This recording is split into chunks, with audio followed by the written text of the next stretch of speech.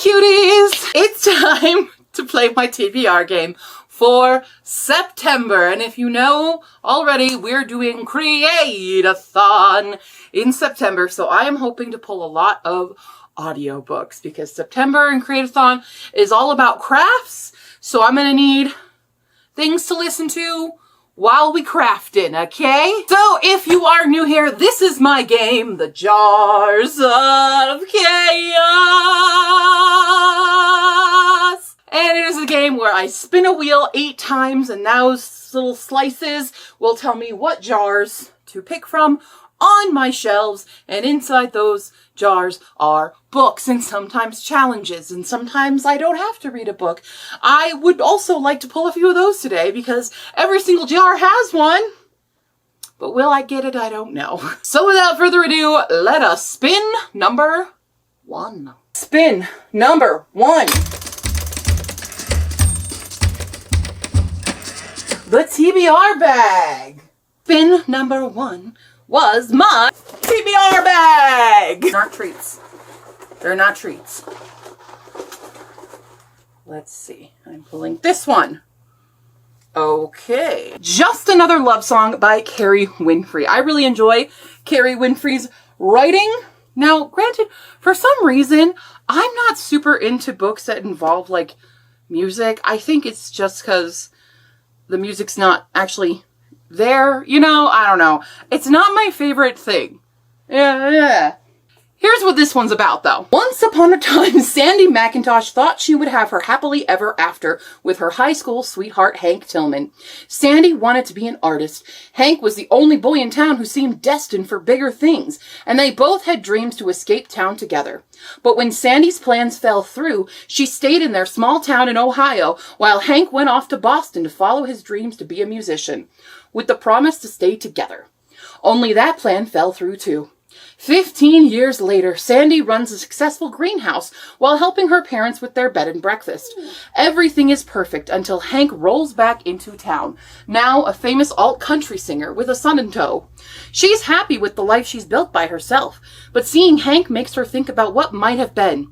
There aren't enough cliché love songs in the world to convince Sandy to give Hank another chance. But when the two of them get thrown together to help organize the town's annual street fair, she wonders if there could be a new beginning for them, or if what they had is just a tired old song of the past. Well, second chance romance can be a hit or miss for me. I trust Carrie Winfrey.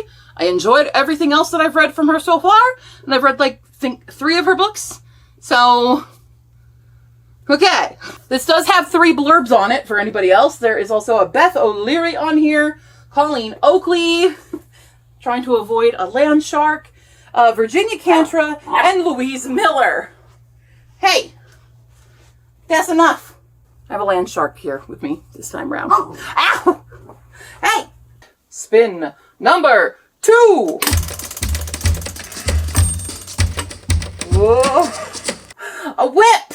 That was almost the jars of challenges, and I was a little nervous. Spin number 2 is a whip. Let's see, we get the good sound. That's a good one. Let's see, I'm in the middle of so many series. Let's try this one.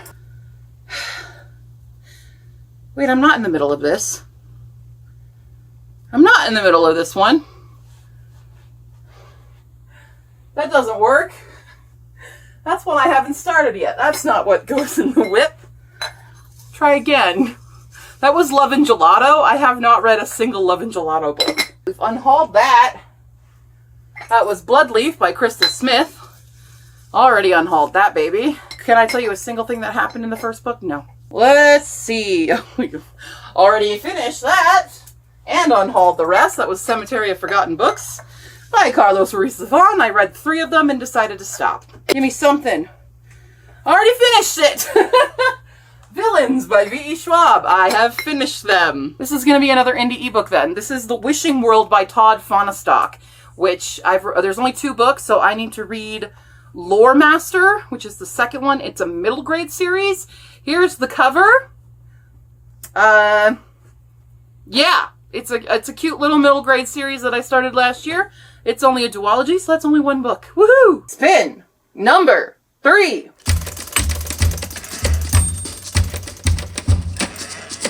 An indie ebook. Ah, man. You know, okay. Spin number 3 was an indie ebook. Please be on KU. Oh, good. The hot pink. Hot pink is KU. The Crew. The Crew. I forgot my phone. I believe this was in Spiffbo last year, if I recall. It looks like a fun, like a fun fantasy, a comedy fantasy. Here's the cover, and here's the synopsis with voiceover cue. Varcade fled to the deserts of Hara to escape his past as an educator, a member of an order of zealot warrior monks that aims to shape the world according to their sacred teachings by force. Varcade makes his living as a reckless sword for hire, caring only about himself, until his self-centered lifestyle is turned on its head when he is contracted to recruit a misfit team of unruly assassins and take out the mighty Bone Lord of Akrab. But the Bone Lord is aware of the plot and sends her band of dusters to stop them, individuals who have gained bizarre and lethal magical powers by snorting the pulverized bones of dead gods. Hunted by educators and dusters in a city-state where an escalating conflict between the human and demon population threatens to boil over in a civil war, will Varcade and his ragtag crew save Akrab from the cruel Bone Lord, or will they make things even worse? Spin number 4.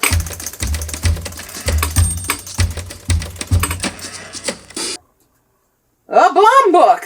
We're knocking out bomb books. Do not take every opportunity to bite my ankles. This is where the Chihuahua is in you.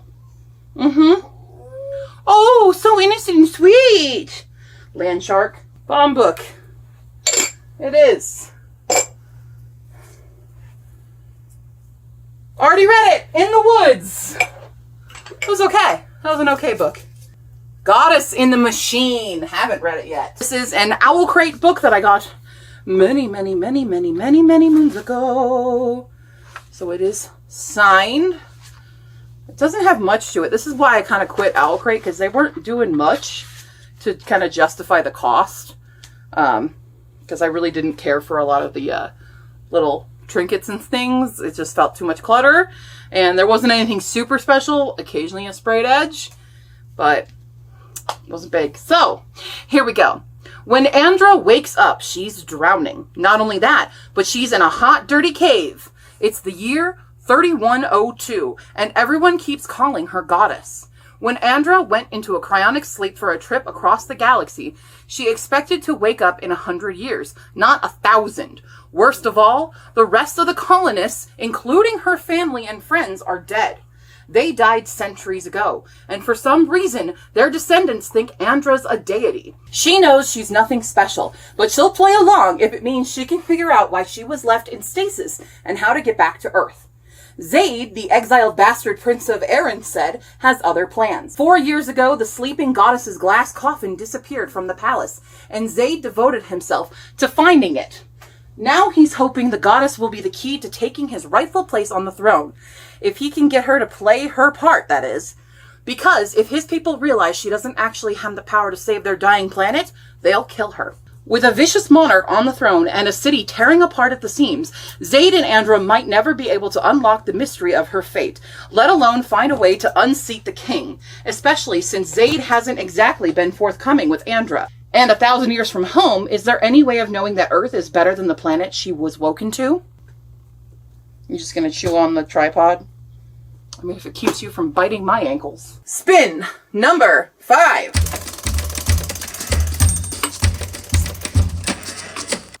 A gifted book. Sorry if the camera moves a lot. Someone's chewing on the tripod. The Gifted Teapot. Let's look. We've got... Okay. This is one Hala gave me many moons ago for my birthday, I think. And that was The Strange and Beautiful Sorrows of Ava Lavender by Leslie Walton. It is a William C. Morris debut award, so I guess this was her debut. I heard amazing things about this when it came out. I just never got to it. So here we go. Love makes us such fools. Generations of the Rue family have learned this lesson the hard way. Foolish love appears to be the family birthright, in fact, which casts an ominous fate for its most recent progeny, twins, Ava and Henry Lavender. Henry is mute for much of his life, and Ava, in all other ways a normal girl, is born with the wings of a bird. In a quest to understand her peculiar disposition and a growing desire to fit in with her peers, 16-year-old Ava delves into her family's past and ventures into the wider world. Ill-prepared for what she might discover and naive to twisted motives of others like the pious Nathaniel Sorrows, who mistakes Ava for an angel and whose obsession with her grows until the night of the summer solstice celebration. That night, the skies open up, rain and feathers fill the air, and both Ava's quest and her family's saga build to a dark and heartbreaking crescendo. So we've got a bit of a magical realism going on here. That should be interesting. I've heard great things. So, spin number 6.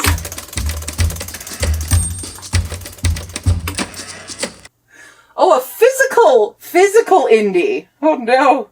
It's been a hot second since we got the indie physical jar. Let's see who we're getting. Oh, give me that. The one that fell to my dog. Wow, I'm fine. Fine.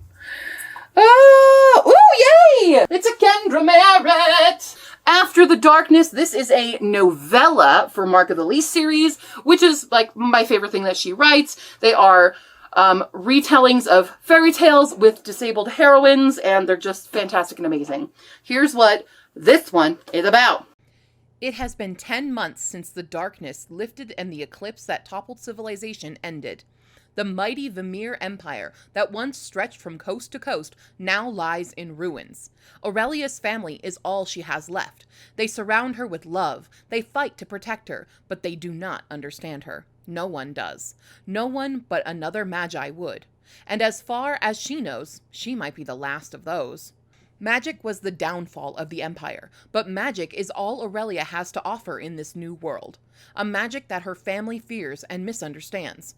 All she can do is hide it, bury it, and forget it and everything she went through to earn it. But the world is dangerous now, as well as full of possibilities. And Aurelia can't help that feeling that magic not only has a place in it, it could be the key to learning how to survive, to grow, and to thrive in a world that's been made completely new. Spin it. Ready? Spin number 7.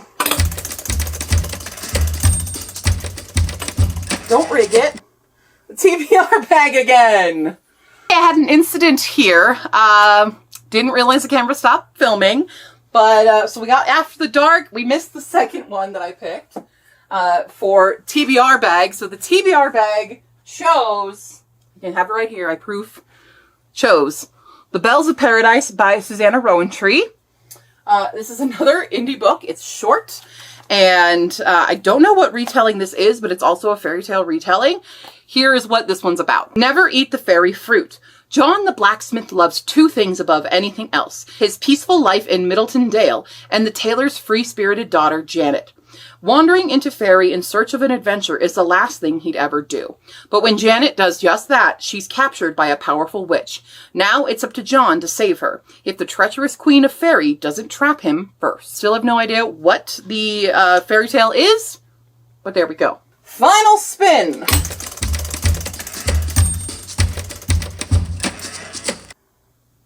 Another bomb book. Okay, all right. So no extra challenges, which is very nice. For this month, at least. Except I have 2 that I have to probably read physically. Great. We also missed the next pull. This is how long it took me to realize we weren't recording anymore. But it was a bomb book, and that bomb book is The Surface Breaks by Louise O'Neill. This is a UK edition of this book because I got it when I was in Ireland and hanging out for my sister's wedding way back when. So it's been a while. But this is just a Little Mermaid retelling.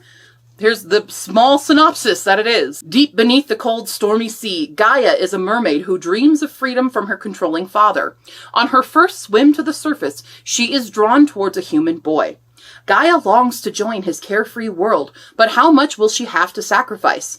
What will it take for the Little Mermaid to find her voice? And it does say this is a searing feminist lens through this, so we'll see what that means for The Little Mermaid. I'm really, really dumb, and I forgot to pull my Herked prompts for September.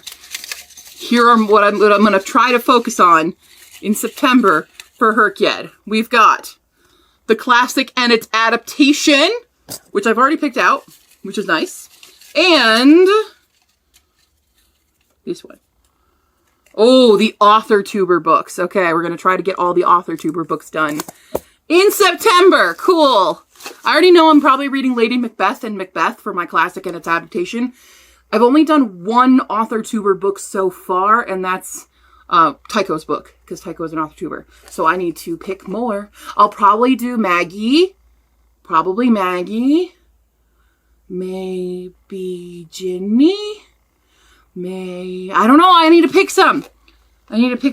But let's go. We've got these 6 and 2 more on the indie side. I literally only think I have an audiobook for maybe these 2. I don't think I have one for this. I definitely don't for the indies, but at least they're short. This might work out, but it might not as well. So that's my September TBR during Create-a-thon. Thankfully, not so horrible. And yeah, what are you guys reading in September? Let me know. My life is full of chaos, as you all know, and we're working through it. But if you like this video, like my TBR game, or come to my streams or anything, please check out my Ko-fi page. You can be a subscriber there. You get early access to all the videos, and you can also just do a one-off donation. I also have commissions open, and my shop is open. So if you want a copy of one of my books that I have written, you may do so there, or my embroidered bookmarks, or other merch that I have in the shop. Check it out there. But otherwise, I'll see you next time, because I'm going to go now. Bye.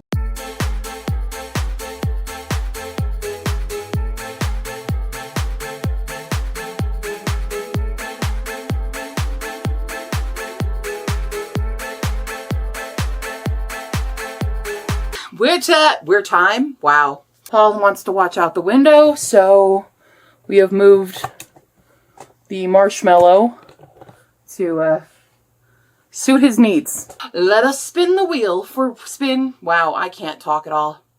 This troublesome man. What are you doing? Only boy in town who seemed destined for bigger things. And they both had dreams to escape town. Excuse me, I am trying to read a synopsis. What's in your mouth? You need to go to jail? Is it time for jail? Oh, it might be jail time. Ow! That was assault. Hey, sir, this is aggravated assault. You're gonna make this whole video nothing but bloopers of me trying to control you. No! Stop with your snapping, Barbarella doll. With a